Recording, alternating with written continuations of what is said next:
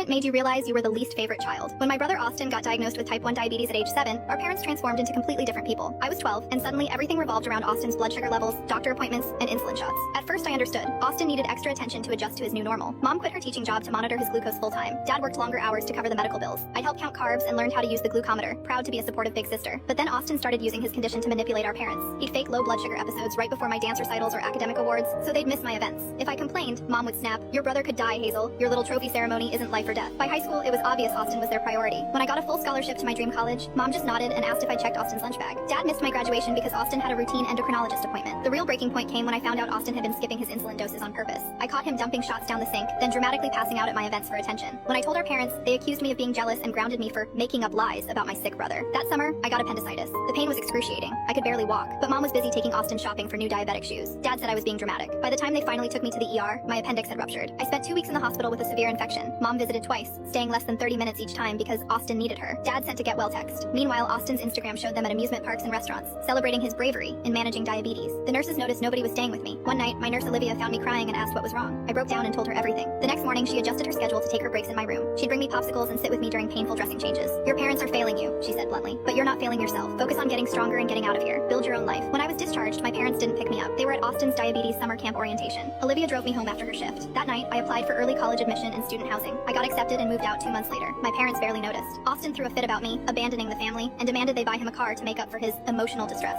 4 years passed. I graduated with honors, got a great job in healthcare administration, and built a life for myself. Then last month, Mom called in tears. Austin had stopped taking care of himself completely. His blood sugar was dangerously uncontrolled. He needed a kidney transplant. They wanted me to get tested as a donor. "You're his only chance," Mom pleaded. "Family has to stick together." I thought about all the times they hadn't stuck with me. The lonely hospital nights, the missed milestones, the years of gaslighting and neglect. "I already filled out my organ donor card," I told her. "When I die, anyone can have my kidneys. But while I'm alive, they're staying where they are." Mom started crying about how cruel I was. How could I let my brother suffer? What kind of person was I? "I learned from the best," I said, and hung up.